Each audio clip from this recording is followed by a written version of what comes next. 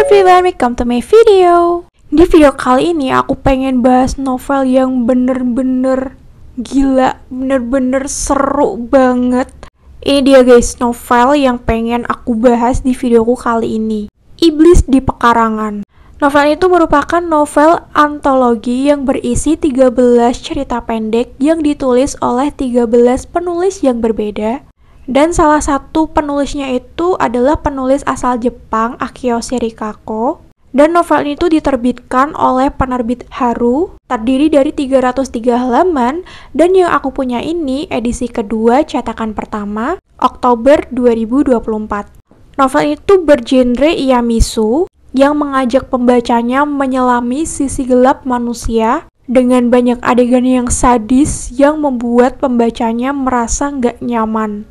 Nah, iblis yang dimaksud di dalam novel ini tuh bukan iblis makhluk halus atau makhluk gaib ya guys, melainkan sebuah simbol sisi gelap manusia seperti dendam, manipulasi, dan juga kekerasan. Masing-masing cerita pendek yang ada di dalam novel ini tuh dark banget dan memberikan kesan yang berbeda seperti iba, sedih, marah, kaget, dan juga jijik. Narasi dari setiap cerpen di sini tuh enak dibaca. Setiap penulis memiliki ciri khas gaya kepenulisannya masing-masing. Beberapa memiliki deskripsi yang cukup detail sehingga pembaca tuh bisa merasakan atmosfer ketegangan, kengeriannya. Dan beberapa cerpen itu memiliki plot twist yang super gila. Tapi ada juga 1-2 cerpen yang aku agak kurang paham sama alur cerita, terutama di endingnya kayak bertanya-tanya kok gini? Cerpen-cerpen yang ada di dalam novel ini tuh membahas isu-isu yang sensitif, isu yang dekat dengan keseharian kita yang relatable seperti perundungan, keluarga yang broken home, kekerasan dalam rumah tangga, patriarki, cinta bertepuk sebelah tangan, perselingkuhan, pelecehan, terlilit pinjol, bahkan sampai penyalahgunaan kekuasaan. Pokoknya isu-isu yang dibahas itu sangat relatable. My personal opinion,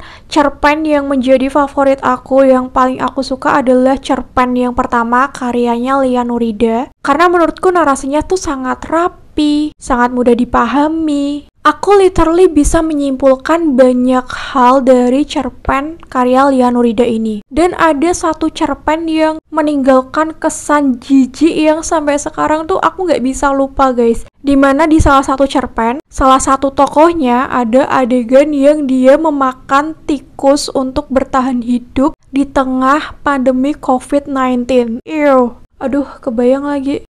Kalian tahu nggak?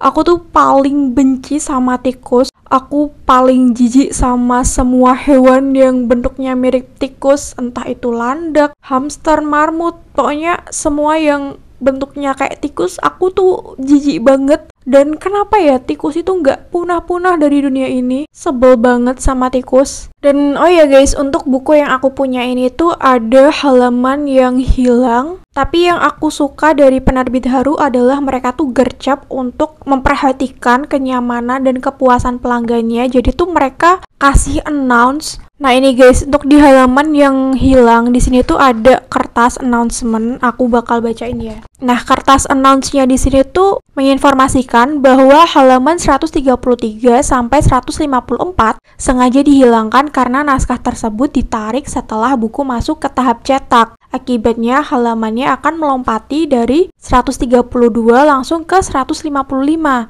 Dan untuk halaman yang hilang tersebut akan diperbaiki di cetakan berikutnya. Aku suka sih, jadi walaupun lumayan bertanya-tanya dan kecewa juga kenapa ada halaman yang dihilangkan, tapi dari penerbitnya sendiri tuh benar-benar gercep, jadi nggak ada komplain karena mereka udah kasih pemberitahuan duluan.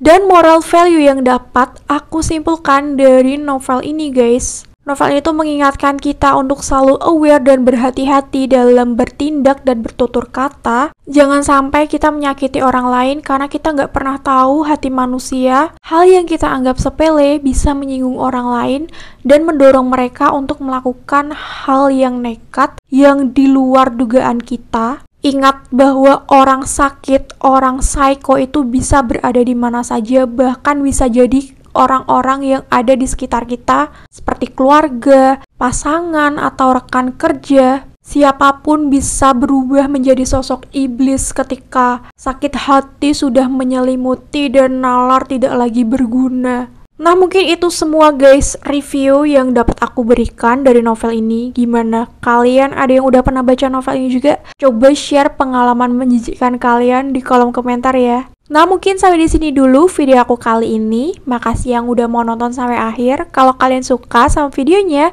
jangan lupa untuk klik like dan subscribe.